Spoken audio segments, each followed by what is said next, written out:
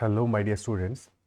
In this session, we'll be taking up some questions that have appeared in XAT previous years from the topic of simple linear equations. So let us start the session. First question is there on your screen. Raju and Sarita play a number game. First, each one of them chooses a positive integer independently. Separately, they both multiply their chosen integers by 2 and then subtract 20 from their resultant numbers. Now, each of them has a new number. Then they divide their respective new numbers by 5. Finally, they added their results and found that the sum is 16. What can be the maximum possible difference between the positive integers chosen by Raju and Sarita? So they are playing a number game. Let us say Raju has chosen a number R and Sarita has chosen a number S. Now, first thing they do, each one of them chooses a positive integer independently. So that is R and S. Separately, they both multiply their chosen integers by 2. So the number by Raju becomes 2R and that by Sarita becomes 2S after the first step. Second step is they subtract 20 from their resultant numbers. So in the second step, the numbers become 2R minus 20 and this becomes 2S. Why have I written 2R? 2S minus 20.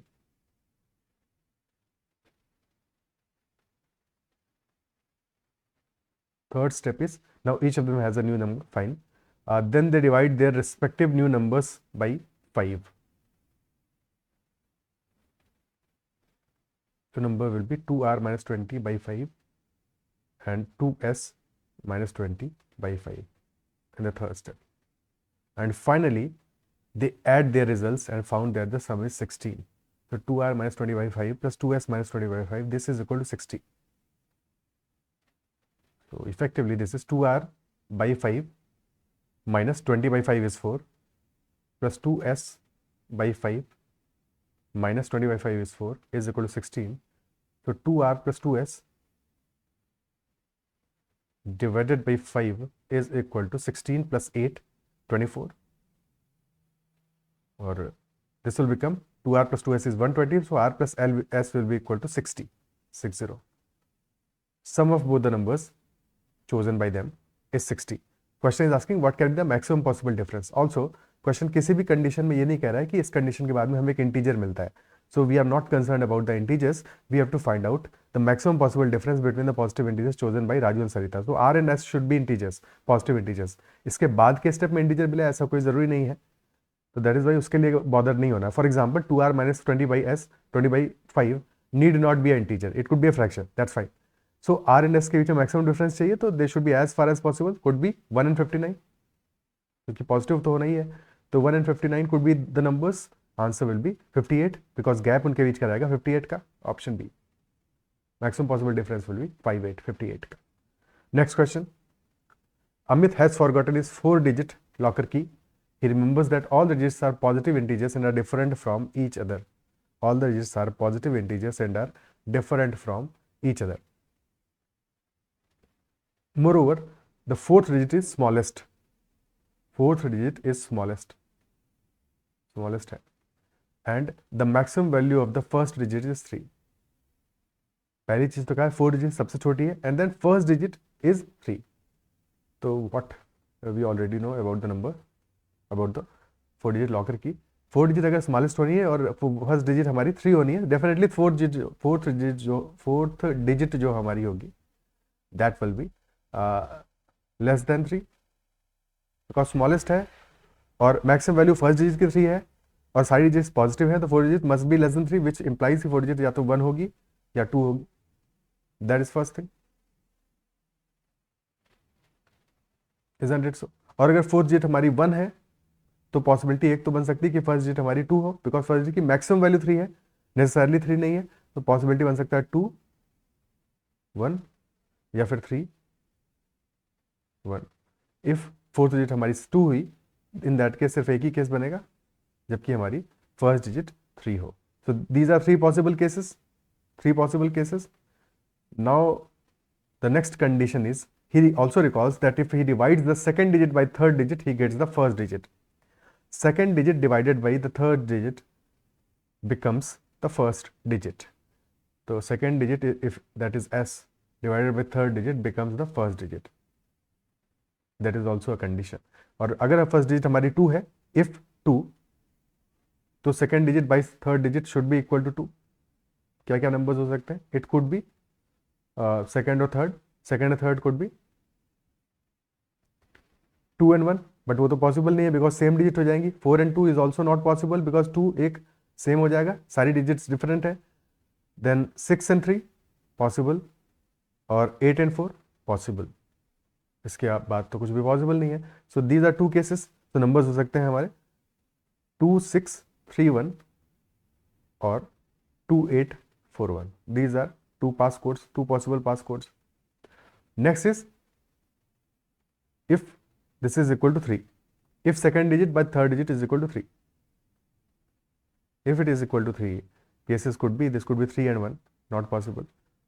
6 and 2 possible. 9 and 3 again not possible because 3 common हो रहा है. तो number could be 3, 6, 2, 1. By the same logic हम यहाँ पे भी check करेंगे, but we know 6, 2 भी यहाँ पॉसिबल नहीं होगा इस केस में because 2 is already there. So कोई भी केस नहीं बनेगा यहाँ पे. Only these are possible cases and only these 3 are the possible combinations. So total number of different combinations that Amit has to try for unlocking the locker will be equal to option E, only 3. Is it clear? Okay, next question. There are 3 sections in a question paper and each section has 10 questions. First section only has multiple choice questions and 2 marks will be awarded for each correct answer. Total 2 sections है, 3 sections है एक question paper में.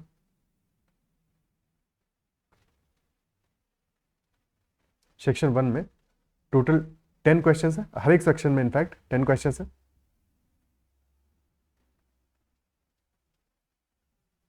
Number of questions हर एक section में 10 है.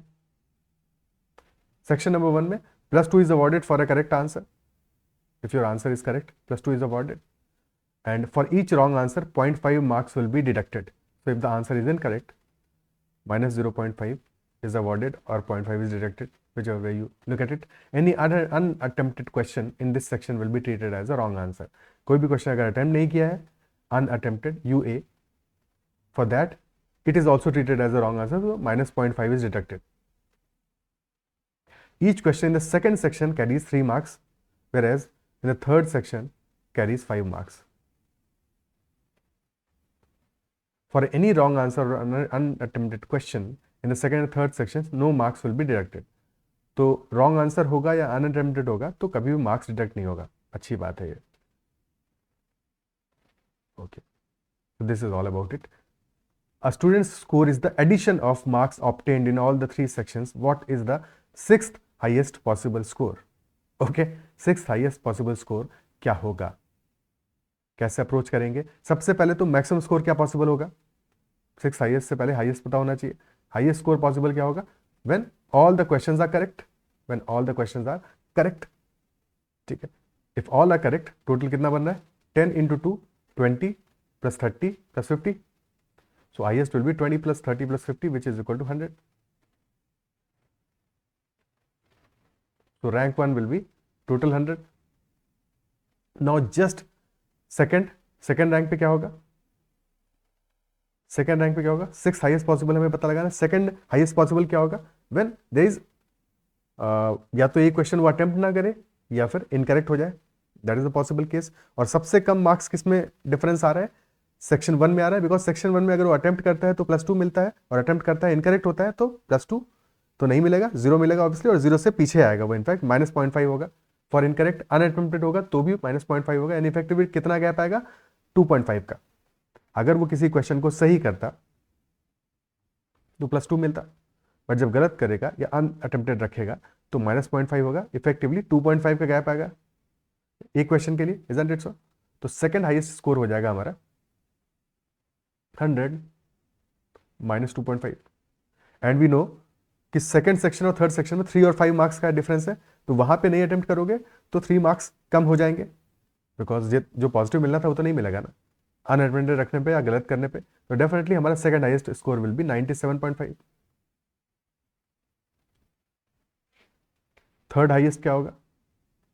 Third highest will be when second section में एक question unattempted होगा या फिर रॉन्ग होगा सेकंड सेक्शन का, ठीक है, सेकंड सेक्शन का वन क्वेश्चन रॉन्ग होगा तब फिर, ठीक है, ये सेकंड हाईएस्ट कब निकला, जबकि फर्स्ट सेक्शन में वन रॉन्ग या फिर अनअटेम्प्टेड जैसे भी समझो, और सेकंड सेक्शन में जब वन रॉन्ग निकलेगा या अनअटेम्प्टेड होगा तो 100 माइनस 3 होगा which is equal to 97, third highest score. Fourth highest score कब बनेगा, जबकि या तो थर्ड सेक्शन में वन रॉन्ग हो या अनअटेम्प्टेड हो, -5 हुआ, और या फिर फर्स्ट सेक्शन में 2 रॉन्ग हो, 2 wrong, in that case 100 minus 5 that will be equal to 95। Clear. अब क्या 95 से, देखो 95 से ऊपर 96 तो पॉसिबल नहीं था, 96.5 या 95.5 भी पॉसिबल नहीं था, क्या 94.5 पॉसिबल है, थिंक अबाउट इट। अल्टीमेटली क्या है, फर्स्ट सेक्शन में 2.5 एक क्वेश्चन रॉन्ग, और सेकंड क्वेश्चन में एक क्वेश्चन रॉन्ग, सेकंड सेक्शन में एक क्वेश्चन रॉन्ग, तो 100 minus 5.5 is possible. First one wrong plus second one wrong, so that will be 94.5, fifth highest score. और लास्टली सिक्स हाईएस्ट स्कोर जो कि हमें डिजायर्ड है, that score will be when there are 2 wrong questions in second section, so this will be 100 minus 6 that is equal to 94. our answer will be option B. is it clear? Approach समझ में आती है ऐसे question की, ठीक है, clear है। Next question लेते हैं। Next is a shop sells bags in 3 sizes, small, medium and large. A large bag cost ₹1000, a medium bag costs ₹200 and a small bag costs ₹50. तो लार्ज बैग का cost है ₹1000, for medium bag the cost is ₹200 and for small bag cost is ₹50. 3 buyers, Ashish, Bunty and Chintu, independently buy some number of these types of bags. Obviously जब वो number of bags buy करेंगे तो वो integer में ही होंगे। The respective amounts spent by Ashish, Bunty and Chintu are equal. Very important. तो respective amounts जो उन्होंने spend किए हैं they are equal. Put together the shop sells 1 large bag, 15 small bag and some medium bags to these 3 buyers. Total जो shop से purchase किया उन्होंने, that is 1 large bag. So 1 large bag, 15 small bags and some medium bags. Let us say that sum is some unknown. Obviously let us assume that is n medium bags. Okay, total cost कितना हो जाएगा, total will be 1 large के लिए 1000 rupees, so 1000 plus for 15 small this will be 15 into 50 plus for n medium this will be 200n. So this will be equal to 1000 plus 750 plus 200n. Okay, now we know कि कोई एक बंदा हो रहा होगा इन तीनों में से। एक तो चीज ये है कि this number should be divisible by, should be a multiple of 3. That is first thing, because amount spent by Ashish, Bunty and Chintu is equal. They are 3 persons, so total amount should be a multiple of 3. That is first thing. ठीक है, तो 1750 plus 200n should be a multiple of 3. Next we know कि इन तीनों में से कोई एक person ऐसा रहा होगा जिसने कि एक लार्ज बैग परचेज किया होगा, यानी कि मिनिमम 1000 रुपीज का कॉस्ट तो एक ने बियर किया होगा। तो अगर एक ने 1000 का कॉस्ट बियर किया है डेफिनेटली, तो बाकी दोनों ने भी एटलीस्ट 1000 का कॉस्ट तो बियर ही किया होगा। So that multiplies, that says कि total जो हमारा सम है that should be greater than equal to 3000, greater than equal to 3000. अब 1750 तो ऑलरेडी हमारा बन रहा है, तो 200n should be greater than equal to 1250. 1250 से बड़ा होना चाहिए, यानी कि n should be greater than equal to 6. अगर ऐसा है तो 200n should be greater than equal to 1250, यानी n should be greater than equal to 6 तो हो ही नहीं सकता, बिकॉज 6.25 से बड़ा होना चाहिए। क्या n is equal to 7 satisfy करेगा? अगर हमने n is equal to 7 put कर दिया तो this will be 1400 plus 1750, total हो जाएगा 3150. Yes, that is divisible by 3, तो n is equal to 7 is satisfying this condition. So for n is equal to 7, total will be 1750 plus 1400 which is 3150 which is a multiple of 3 also greater than 1000. greater than 3000 भी है और additionally multiple of 3 भी है. So दोनों ही conditions satisfy कर रहा है. In this case, each person would have purchased items worth rupees 1050. Is it possible or not? ये भी चेक करना है लास्ट में ये चेक करना है कि ये पॉसिबल है कि नहीं है. ठीक है, दैट इज वेरी इंपॉर्टेंट. यहाँ पे स्मॉल वाले का कॉस्ट है ₹50. तो yes this is possible because first वाला हो जाएगा 1000 प्लस 50. ठीक है, और बाकी दोनों के केस में कुछ भी एडजस्ट कर लो बिकॉज 50 का अमाउंट है तो एडजस्ट हो जाएगा और दूसरा 200 है तो डेफिनेटली दिस इज पॉसिबल. ठीक है, ऐसा भी कर सकते हो कि 200 इंटू 5 प्लस 50 तो यहाँ पे भी 1050 हो गया और बचा हुआ जो अमाउंट है, अब तुम्हारे पास 2 ही पैकेट बचे हैं 200 वाले, तो 200 इंटू प्लस बचा कितना है 850. ठीक है, 850 नहीं 650 बचा है तो this is 13 into 50. Total combination complete हो गया. So yes this is possible. ठीक है, लास्ट में चेक करना इसलिए जरूरी था बिकॉज अगर मान लो 50 की बजाय 75 होता और ऐसा कैलकुलेशन हमारा बन रहा होता तो फिर वहाँ पे हमें फिर दोबारा से कॉम्बिनेशन अपना देखना पड़ता, कोई और n की वैल्यू लेनी होती. तो option A is the answer clearly. Okay, next question. Next is saying in an examination 2 types of questions. Similar question है जैसे अभी एक क्वेश्चन पहले किया था. 2 types of questions are asked, 1 mark questions and 2 mark questions. For each wrong answer of 1 mark question the deduction is 1/4 of a mark and for each wrong answer of 2 mark question the deduction is 1/3 of a mark. So plus 1 mark के questions है या फिर 2 marks के questions है. Obviously जब correct करोगे तो सही है, कोई दिक्कत नहीं है. करेक्ट करने पे तो मिलेगा 1 और 2. बट जब गड़बड़ करोगे, इनकरेक्ट करोगे, so in that case for 1 mark question the deduction is 1/4 minus 1/4 होगा and for 2 mark question the deduction is 1/3. But जब unattempted होगा तो 1/2 marks is deducted for any unanswered question. Unattempted, there is a heavy penalty of minus 1/2. The question paper has 10 1 mark questions and 10 2 mark questions. तो total कितना हो जाएगा 10 into 1 plus 10 into 2 30 marks का total है.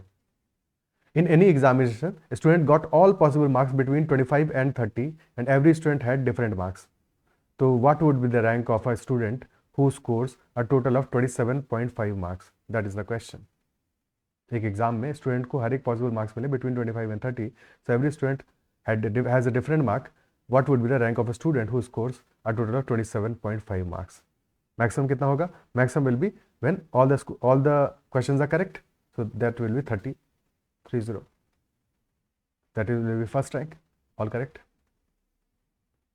ठीक है, ऑल करेक्ट. सेकेंड रैंक कब आएगी?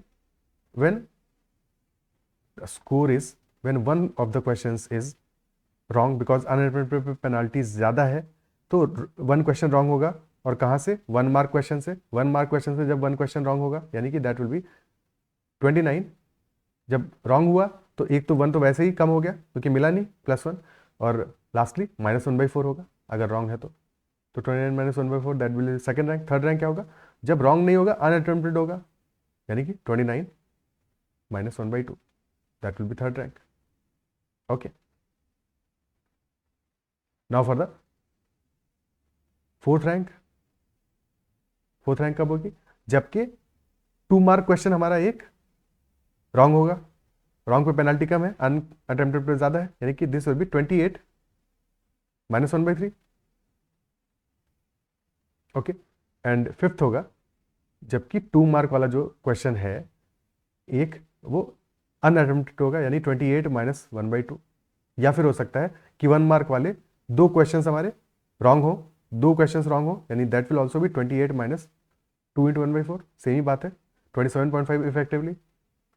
सो our 27.5 marks will fetch fifth rank. Option A will be the answer. Clear है? ठीक, that will be the answer. Now let us move on to the next question. Consider the formula S is equal to alpha into omega upon tau plus rho into omega. So where all the parameters are positive integers, if omega is increased and omega, alpha, tau and rho are kept constant, omega को increase कर रहे हैं, बाकी सब constant है, तो S पे क्या फर्क पड़ेगा? एस इंक्रीज करेगा, डिक्रीज करेगा, इंक्रीज करेगा देन डिक्रीज करेगा, या डिक्रीज करेगा देन इंक्रीज करेगा, या फिर we can not determine that. That is the question. So pause करके वीडियो को solve first yourself. So S is alpha into omega upon tau plus rho omega. अब यहाँ पे प्रॉब्लम क्या है, न्यूमरेटर में भी ओमेगा आ रहा है, डिनोमिनेटर में भी ओमेगा आ रहा है, और ओमेगा को हम इंक्रीज कर रहे हैं, तो न्यूमरेटर भी बढ़ेगा और डिनोमिनेटर भी बढ़ेगा. ठीक है, दोनों बढ़ेंगे, दोनों बढ़ेंगे. तो चेंज हम कैसे निकालेंगे? चेंज के लिए इंपॉर्टेंट है कि हमारा ओमेगा या तो न्यूमरेटर में रह जाए या डिनोमिनेटर में रह जाए, हर जगह ना रहे, अदरवाइज हम क्लियरली डिड्यूस नहीं कर पाएंगे, कंक्लूड नहीं कर पाएंगे what should be our answer. So उसके लिए क्या करना पड़ेगा, कुछ जुगाड़ करना पड़ेगा. ओमेगा से डिवाइड कर देते हैं. Let us divide the numerator and denominator by omega. उससे क्या फर्क पड़ेगा, टोटल नंबर तो चेंज नहीं होगा, हमारा एस ही रहेगा. फर्क ये पड़ जाएगा कि this will be alpha omega by omega divided by tau plus rho omega by omega. So numerator will become alpha omega by omega will be alpha only, and tau plus rho omega by omega, यानी tau plus omega आ जाएगा, और plus rho omega by omega, तो रो ही हो जाएगा. तो अब सिर्फ हमारा ओमेगा एक ही जगह पे आ रहा है, that is tau divided by omega. ठीक है, क्लियर है? ओके. सो ओमेगा हमारा इंक्रीज कर रहा है. इफ ओमेगा इज इंक्रीजिंग तो टाउ बाई ओमेगा पे क्या फर्क पड़ेगा? भाई इसमें ओमेगा आ रहा है डिनोमिनेटर में, और जब डिनोमिनेटर की वैल्यू इंक्रीज करेगी तो नंबर क्या होगा? नंबर डिक्रीज करेगा. जब डिनोमिनेटर की वैल्यू इंक्रीज करेगी, यानी कि when omega will be increasing, tau by omega will be decreasing. And if this is decreasing, तो रो तो कांस्टेंट है, तो रो प्लस टाउ बाई ओमेगा ये भी तो डिक्रीज ही करेगा, दिस विल ऑल्सो डिक्रीज. और rho plus tau by omega denominator में है, यानी कि alpha by tau by omega plus rho, या 1 by tau by omega plus rho, this will also decrease और डिक्रीज, क्योंकि डिनोमिनेटर हमारा डिक्रीज कर रहा है, rho plus tau by omega decrease कर रहा है, तो this number will increase, and this is equal to S, and has S is also increasing. Option A is the answer. ठीक है, एक स्टेप में सीधे ही देख सकते थे कि हमारा टाउ बाई ओमेगा डिक्रीज करेगा, and that is why total जो वैल्यू है वो हमारा इंक्रीज करेगा. Is it clear? Option A will be the answer. ठीक है, तो that is how you solve such a question. Also you can put values, because given है कि अल्फा टाउ ओमेगा ये सब कांस्टेंट है, तो वैल्यू पुट करके भी चेक कर सकते हो. ठीक है, बट कॉशियसली वैल्यूज हमेशा पुट करनी है. लेट अस से हम यहाँ पे सबको 1 मान लेते हैं, कोई दिक्कत नहीं है, क्योंकि कोई कंडीशन ऐसा तो है नहीं कि 1 नहीं हो सकते सारे. तो अल्फा टोमेगा टाउ और omega all are equal to 1, तो हमारा एस आ जाएगा, S will be equal to omega upon 1 plus omega. ठीक है, नाउ यू कैन ऑब्जर्व कि देखो एक एक चीज जो एक चक्कर है जो पहले भी समझना है इंस्टेड इस क्वेश्चन में, कि अगर हम ऑब्जर्व करें तो देखो हमारा न्यूमरेटर तो बढ़ ही रहा है, ओमेगा बढ़ेगा तो न्यूमरेटर में अल्फा ओमेगा है, तो that is increasing consistently, linearly increase कर रहा है, लीनियर वैल्यू है, मतलब कि ओमेगा की पावर 1 है. सिमिलरली डिनोमिनेटर में भी रो ओमेगा बढ़ रहा है, क्योंकि ओमेगा की पावर 1 है, तो ये भी इंक्रीज करेगा. बस ये जो टाउ है ये नहीं बढ़ रहा, टाउ नहीं बढ़ रहा है कि नहीं. तो जो न्यूमरेटर में इंक्रीज होगा, numerator alpha omega, numerator omega से इंक्रीज कर रहा है लगातार. ठीक है, so numerator is increasing, denominator भी इंक्रीज कर रहा है, बट एक पोर्शन डिनोमिनेटर का कांस्टेंट है, जिस वजह से जो इंक्रीज है न्यूमरेटर का वो डिनोमिनेटर से ज्यादा फास्ट होगा. और वही हमें यहां पे समझ में आ रहा है जब हम इस एक्सप्रेशन को इस तरह से देख रहे हैं. इज इट क्लियर कि न्यूमरेटर का इंक्रीज जो है that will be much faster, because उसका कोई पोर्शन बाउंडेड नहीं है जो कि कांस्टेंट हो, बट डिनोमिनेटर में एक ऐसा पोर्शन है जो कि कांस्टेंट है, and that is why numerator का इंक्रीज ज्यादा डिटरमाइन करेगा हमारे रिजल्ट को, and hence the S will also be increasing. वो जो सेम चीज यहाँ पे ऑब्जर्व कर पा रहे हैं कि ओमेगा अपॉन 1 प्लस ओमेगा पे. अब अगर ओमेगा की जगह हम इक्वल टू 1 रखेंगे तो S will be equal to what? S will be 1 by 1 plus 1, यानी 1 बाई 2. ओमेगा इक्वल टू 2 रखेंगे, S will be equal to 1 by 2 by 3, 2 by 3 increase किया. ओमेगा इक्वल टू 3 रखेंगे, S will be equal to 3 by 4, and so on. Definitely increase कर रहा है लगातार. ठीक है, बट अगर ऐसे वैल्यूज रखते हो तो थोड़ा सा कॉशियस रख के हमेशा अप्लाई करना है, बिकॉज ऐसा हो सकता है कि किसी क्वेश्चन में जो एक्सप्रेशन हो इस टाइप का हो कि पहले डिक्रीज करे इंक्रीज करे वैसा वैसा, तो ये थोड़ा सा दिमाग में कॉशन रखना है हमेशा. क्लियर है? So that is why the first approach जो हमने पहले सीखी वो that is more important, that gives us accurate result every time. Okay, next question देखते हैं. Nikhil's mother asked him to buy 100 pieces of sweets worth ₹100. Nikhil has to buy 100 pieces of sweets worth ₹100. Sweet shop में 3 तरह की sweets हैं, kaju katli, kaju barfi, gulab jamun and sandesh. काजू barfi cost ₹10 per piece, सो काजू बर्फी की cost है ₹10 per piece. For gulab jamun the cost is ₹3 per piece, and for sandesh the cost is 50 paisa per piece. If Nikhil decides to buy at least one sweet of each type, then how many gulab jamun should he buy? Total 100 rupees है. Let us say he purchases K Kaju Katlis, G gulab jamuns and Sandesh S. Total 100 आएगा because 100 pieces purchase करने हैं उसको. And we also know कि one kaju katli cost 10 rupees, तो total आ जाएगा cost kaju katli का 10K. For gulab jamun total cost will be 3G. And for Sandesh total cost will be 0.5S. And this is also equal to 100. This is also equal to 100. अब somehow जुगाड़ करना पड़ेगा कुछ. इस equation को multiply कर देते हैं 2 से. This will become 20K plus 6G plus 1S and that is equal to 100. अब फर्स्ट इक्वेशन को सब्ट्रैक्ट कर देते हैं इसमें से, तो K plus G plus S is equal to 100, उसको सब्ट्रैक्ट कर दिया. तो दैट वे रिजल्ट हमारा क्या आ गया? 19K, सॉरी 2 से मल्टीप्लाई किया तो this will be 200. This will be 200. 20K minus K will be 19K plus 5G. S से S तो कैंसिल आउट हो गया. That is equal to 100. ये हमारी इक्वेशन आ गई. Now we know कि K and G should minimum be at least 1.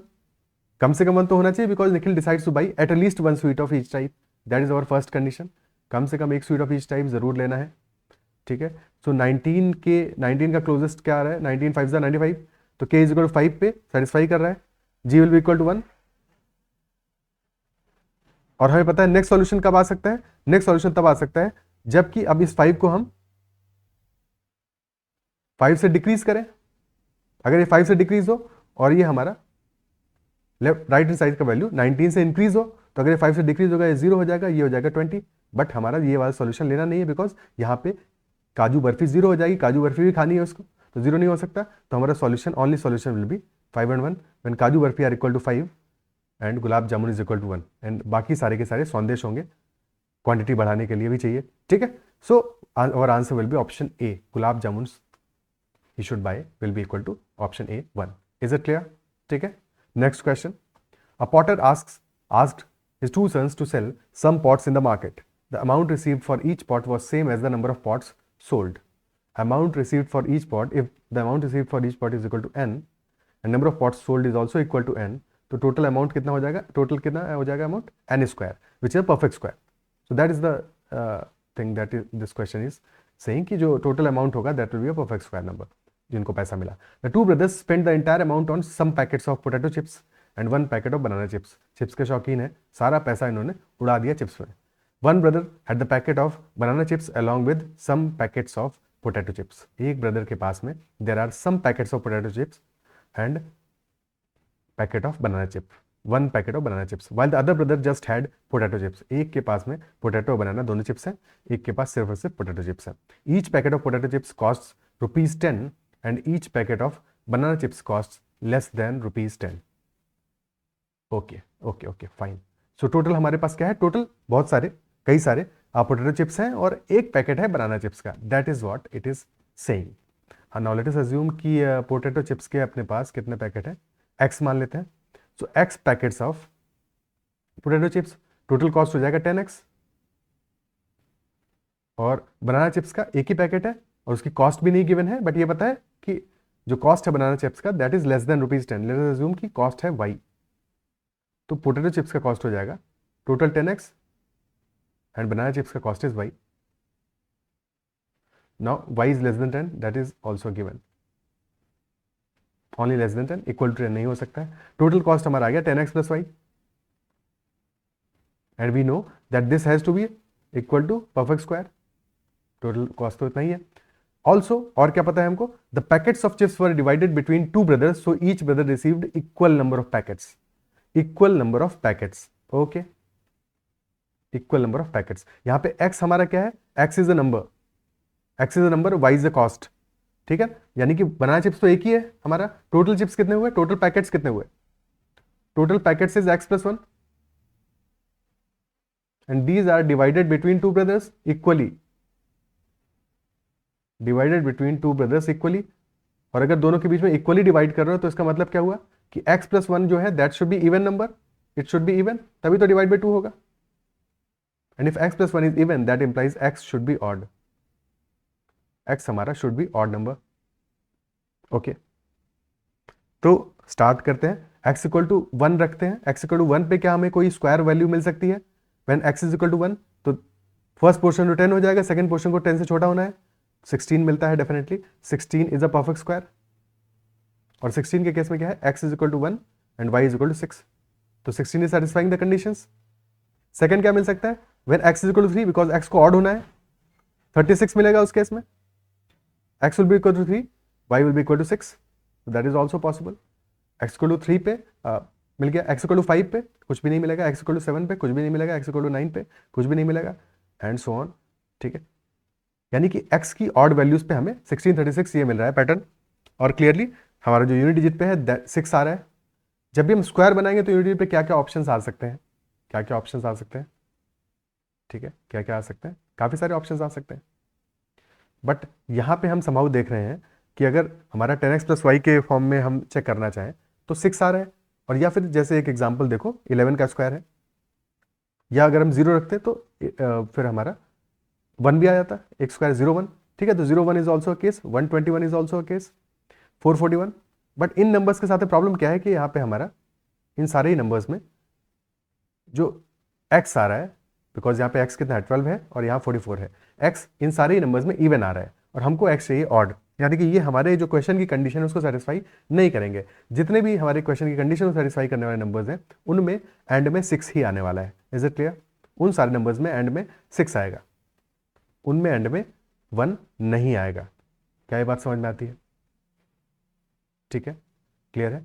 अब क्यों ऐसा है कि ये जिनमें भी एंडिंग विद 1 है वो नंबर्स हमारे क्यों नहीं आ सकते? ऐसे समझ लो कि वो नंबर हमेशा एक फॉर्म में होंगे। Let us say that form is 10a + 1 का होल स्क्वायर, बिकॉज या तो 1 का स्क्वायर है, या 11 का स्क्वायर है, या 21 का स्क्वायर है, या 31 का स्क्वायर है, एंड सो ऑन। 10a + 1 का स्क्वायर है, that will B 100a square plus 20a + 1। ये 1 तो एक्स्ट्रा हो गया, बट ये जो बचा हुआ नंबर है ये हमारा क्या है, 100a स्क्वायर प्लस 20 है, तो इवन होगा, ये ऑड होगा, बट ये 100 और 20 तो दोनों के दोनों इवन है, तो डेफिनेटली ये पोर्शन हमेशा इवन आएगा, और इसलिए हमारे क्वेश्चन की कंडीशन को सेटिस्फाई नहीं करेगा। ठीक है, और अगर हमें पता है कि अब एंडिंग 6 से ही होना है, तो डेफिनेटली है कि y का जो कॉस्ट है that will be equal to 6, यानी बनाना चिप्स का जो पैकेट है का कॉस्ट है that will always be equal to 6। Question हमसे क्या पूछा है, how much money should one brother give to the other to make the division financially equitable, यानी कि दोनों का जो पैसे का खर्चा है वो बराबर हो जाए। अब क्या x इक्वल टू 1 पॉसिबल हो सकता है? Think about it. अगर x इक्वल टू 1 होगा, टोटल पैकेट्स कितने हो जाएंगे? 2 हो जाएंगे।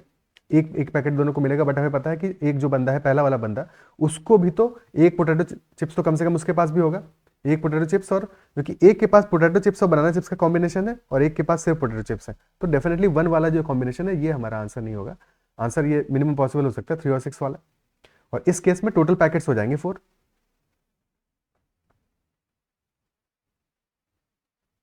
Total package will be equal to 4। Minimum possible case हमारा 4 वाला ही बनेगा, और यहाँ पे हमें पता है कि टोटल कॉस्ट आ रहा है 36 का।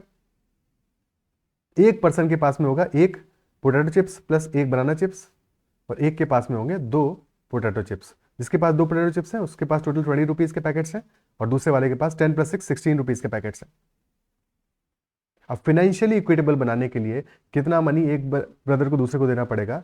जिसके पास 20 रुपीज़ के हैं उसको 2 रुपीज़ देना पड़ेगा, तो उसके साइड से 2 रुपीज़ कम हो जाएगा और दूसरे को 2 रुपीज़ मिल जाएगा, तो दोनों का 18 और 18 रुपीज़ का खर्चा हो जाएगा। डेफिनेटली ऑप्शन बी हमारा आंसर होगा। Option B 2 will be the answer for this question. Is it clear? ठीक है, ऑप्शन बी आंसर हो जाएगा। Next one, 3 truck drivers, Amar, Akbar and Anthony stop at a roadside eating joint. Amar orders 10 rotis, 4 plates of tadka and a cup of tea. Akbar orders 7 rotis, 3 plates of tadka and a cup of tea. Amar pays rupees 80 for the meal and Akbar pays rupees 60. Meanwhile, Anthony orders 5 rotis, 5 plates of tadka and 5 cups of tea. Anthony तो भाई चाय पे चाय पिए जा रहा है, बाकी दोनों ने एक एक चाय पी, एंथनी ने 5 चाय निपटा दी, 5 कप। तो how much will Anthony pay? I don't think Anthony is going to pay, कोई ना कोई और पे उसका पे करने वाला है, वो तो चाय ही पिए जा रहा है। ठीक है, एनीवे, सो अमर ने ऑर्डर किया है 10 रोटीज, तो फॉर अमर वी नो, अमर के केस में 10 रोटीज रेट से एक रोटी का cost is equal to R, तो इक्वेशन बन जाएगी हमारी 10 आर प्लस 4 प्लेट्स ऑफ तड़का। अब तड़का और टी तो सेम से आ रहा है, तो चलो प्लेट से मान लेते हैं, तो 4 plates of tadka, 4p, p आ जाएगा कॉस्ट एक प्लेट तड़का का, और c कॉस्ट एज्यूम कर लेते हैं एक प्लेट टी का, एक कप टी का। सो टोटल कॉस्ट हमारा कितना आ रहा है, अमर ने कितना पेमेंट किया है, Amar has paid ₹80, so this is equal to 8080. For Akbar 7 rotis plus 3 plates of tadka, तो 3p plus 1 cup of tea, 1c, total आ रहा है 60. ये दो इक्वेशन बनी और हमें पता लगाना है एंथनी के लिए. एंथनी ने 5 रोटीज ली हैं, 5r plus 5 plates of tadka, 5p plus 5 cups of T plus 5c. तो इसका वैल्यू क्या होगा, यानी कि r plus p plus c का वैल्यू हमें मिल जाए तो 5r plus 5p plus 5c का वैल्यू भी हमें पता चल जाएगा. क्लियर है. ऐसे क्वेश्चन में जब भी मेरे पास 3 अननोन है और 2 इक्वेशंस हैं, नाइंसाफी है. इक्वेशंस 2 हैं, अननोन 3 है, तो we can not exactly find out कि r की वैल्यू क्या होगी, p की वैल्यू क्या होगी, c की वैल्यू क्या होगी, अनलेस हमें कोई रिलेशनशिप उनके बीच का पता हो जो कि कनेक्ट कर पाए हम इन वैल्यूज को. तो ऐसे क्वेश्चंस पे या तो आंसर हमारा कैन नॉट बी डिटरमाइंड होगा, ठीक है, यानी कि या तो हम सॉल्यूशन फाइंड आउट नहीं कर पाएंगे और या फिर हम सॉल्यूशन फाइंड आउट कर लेंगे इन दोनों इक्वेशंस में कोई जुगाड़ भिड़ा के. ठीक है, तो कैसे जुगाड़ भिड़ाएंगे देखते हैं. अभी तो अगर हम सब्ट्रैक्ट कर दें अमर के इक्वेशन में से अकबर के इक्वेशन को सब्ट्रैक्ट कर दें तो 10r minus 7r will be 3r plus 4p minus 3p will B p plus 1c minus 1c, तो 0c आ गया है तो c वाला तो पोर्शन कैंसिल आउट हो गया. So this is equal to 20. 3r plus p is equal to 20 and if 3r plus p is equal to 20 तो multiply by 3 कर दें इस इक्वेशन को, तो this will become 9r plus 3p is equal to 60. 9r plus 3p is equal to 60. अब first equation में से इसको सब्ट्रैक्ट कर दें. किस लिए सब्ट्रैक्ट करना है, ताकि हमें r plus p plus c की वैल्यू मिल जाए, क्योंकि अब मिल जाएगी. सो फर्स्ट इक्वेशन में से अमर की इक्वेशन में से इस वैल्यू को सब्ट्रैक्ट करेंगे. 10r minus 9r will be equal to r, 4p minus 3p will be equal to p and c r plus p plus c will be equal to 20 rupees. यानी कि 1r, एक रोटी, एक plate तड़का और एक plate चाय, एक cup चाय will be equal to 20 rupees. और इसको मल्टीप्लाई बाई 5 कर देंगे तो हमारा आंसर आ जाएगा into 5 will be equal to ₹100. Option D will be our answer. Clear है. ओके हमेशा देखो ऐसा ज़रूरी नहीं है कि डायरेक्टली ऐसे हमें आंसर मिल जाए, तो वहाँ पे हमारा अप्रोच क्या होना चाहिए वो भी देख लेते हैं. तो ऐसे केस में दो इक्वेशन बन रही है हमारी. पहली इक्वेशन है 10r plus 4p plus c is equal to 80. Second equation है 7r plus 3p plus c is equal to 60. और जो हमें आंसर चाहिए that is 5r plus 5p plus 5c. Okay so let us assume कि first equation में हमें a multiply करना पड़ेगा और सेकेंड इक्वेशन में मल्टीप्लाई करना पड़ेगा b, तब जाके हमें थर्ड इक्वेशन मिलेगी अपनी. क्लियर है. फर्स्ट में मल्टीप्लाई किया a, सेकेंड में मल्टीप्लाई किया हमने b. अब कोफिशिएंट्स को कंपेयर करा लेते हैं. r का कोफिशिएंट क्या है, 5 है रिजल्ट में, तो 10a plus 7b will be equal to 5. Similarly p का कोफिशिएंट 5 है तो 4a plus 3b will be equal to 5. दो इक्वेशन मिल गई हैं a और b में, दो अननोन पे दो इक्वेशन मिल गई हैं, तो यहां से a और b की वैल्यूज हमें पता चल जाएंगी. a और b की वैल्यूज यहां से हमें पता चल जाने वाली है. क्लियर है. किसी भी एक इक्वेशन से दूसरे में पुट कर दो. ओके सो क्या वैल्यू मिल जाएगी हमें a और b की, क्या वैल्यू मिल जाएगी. देखो एक तो सिंपल तरीके से सॉल्व हो रहा है सिमिलरली कि 8a plus 6b is equal to 10 और 10a प्लस 7b है हमारा 5. तो यहां से क्या मिला जा रहा है हमें, माइनस करेंगे तो 2a plus b will be minus 5. So 4a plus 2b will be minus 10 और 4a प्लस 3b है 5. तो effectively b will be equal to plus का 15. Okay b will be equal to 15 और अगर b 15 आ गया है तो पुट कर दोगे 2a प्लस b में. यहां से क्या रिजल्ट मिल जाएगा हमको, 2a प्लस 15 इज माइनस 5, तो 2a will be equal to minus 5 minus 15, तो a will be equal to minus 10. a minus 10 b 15 तो माइनस 100 प्लस 105. यस सेटिस्फाई कर रहा है, तो a इक्वल टू माइनस 10 हो जाएगा और b इक्वल 15 हो जाएगा. क्लियर है. तो इससे हमें रिजल्ट मिल रहा है. लेकिन ऐसे केस में जब भी ऐसा करोगे तो हमेशा ये चेक करना है कि क्या वो थर्ड वाले कंडीशन पे सेटिस्फाई हो रहा है कि नहीं हो रहा है. यानी कि हमने कोफिशिएंट फर्स्ट टू के कंपेयर करा है, आर का और पी का, क्या सी वाले कोफिशिएंट पे ये चीज मैच कर रही है कि नहीं कर रही है. बिकॉज अगर नहीं मैच कर रही है तो फिर हमारा आंसर होगा can not be determined. Because ऐसा पॉसिबल हो सकता है कि लेट अस से यहाँ लास्ट में 5 की बजाय 4c लिखा होता. ठीक है, यहाँ 5 की बजाय 4c लिखा होता, तो उस केस में आंसर क्या होता, हम मैच कराते कोफिशिएंट सी के, तो सी में क्या कोफिशिएंट आता है हमारा, a प्लस बी आता which is equal to minus 10 plus 15 तो coefficient should be equal to 5, but हमारा यहाँ पे लिखा है 4, तो we can not determine the answer in that case. ठीक है, बट क्योंकि एंथनी ने 5 कप चाय पी है तो कोई टेंशन की बात नहीं है, इतनी चाय उसने पी ली है कि कोफिशिएंट उसका मैच कर जाएगा, तो we can determine the answer in this case. So the answer will be, कितना आंसर होगा, ए -10 है तो 80 into -10 plus 60 into 15, so 900 minus 800, answer will be 100. Option D. Clear है? ओके, बाकी अगर जुगाड़ से कर सको तो दैट इज मच बेटर, थोड़ा टाइम कम लगेगा, बाकी दैट्स ऑल। ये हमेशा पता होना चाहिए कि ऐसे क्वेश्चन में आंसर्स दो आ सकते हैं, या तो डिटरमाइन हो जाएगा और या फिर can not be determined answer होगा। Next question, in a cricket match team A scored 232 runs without losing a wicket. The score consisted of 22 wides and runs scored by 2 opening batsman Ram and Shyam. तो score तीन ही तरह से हुआ है, या तो wides हुए हैं,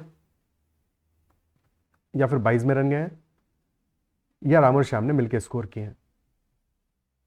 the run scored by the 2 batsman are 26 times that of wides. तो अगर वाइड्स में 1 रन गया होगा तो राम और श्याम ने मिलकर 26 रन स्कोर किए होंगे। Also there are 8 more byes than wides, 8 more byes than wides, यानी कि वाइड्स अगर 1 है तो बाइज कितने होंगे, 1 + 8 9 होंगे।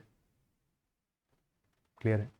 ठीक है, अब एक तरीका है कि हम इक्वेशन बना लें यहाँ पे कि वी नो कि wides are 26 times the number of wides is equal to score of Ram and Shyam 26W, and W + 8 is number of byes. तो इक्वेशन क्या बनेगा, W + W + 8, इतने तो हो गए वाइड्स, ये हो गया बाइज, और plus 26W runs of Ram and Shyam, and that total is equal to 232। So 28W is equal to 232 - 8, तो 224। तो W कितना आ जाएगा, 8 टाइम्स जाएगा, 8 टाइम्स जाएगा, यानी कि वाइड्स हो गया 8, बाइज हो गए 8 + 8 16, और राम और श्याम के मिला के रन्स कितने हो गए, that will B 26 × 8। But question हमसे क्या कह रहा है, ratio of runs scored bye Ram and Shyam is 6:7। Ram और श्याम का जो रेशियो ऑफ रन्स का है वो है 6:7 का। तो अगर टोटल कितना है 6 + 7 13 यूनिट्स, और 13 यूनिट्स की वैल्यू हमें गिवन है 26 × 8, यानी कि 1 यूनिट इज इक्वल टू कितना, 1 यूनिट इज इक्वल टू 2 × 8 यानी 16। क्वेश्चन राम के रन्स पूछ रहा है, तो राम के रन्स हो जाएंगे 6 × 16 which is equal to 96 runs. Option B. Question difference पूछता है तो 1 यूनिट ही होता है, यानी 16 रन्स का होता है। क्लियर है? Answer will be option B 96 for this question. So that's all for this session. I believe session आपको पसंद आया होगा, क्वेश्चन समझ में आए होंगे, और that is all about simple linear equations. अगर सेशन पसंद आया तो उसको लाइक जरूर करना है, और क्वेश्चंस में डाउट रह गया किसी में तो you can always comment. Channel को अब तक सब्सक्राइब नहीं किया है तो जरूर कर लीजिएगा। That's all for this session. Bye bye, take care, see you in another session.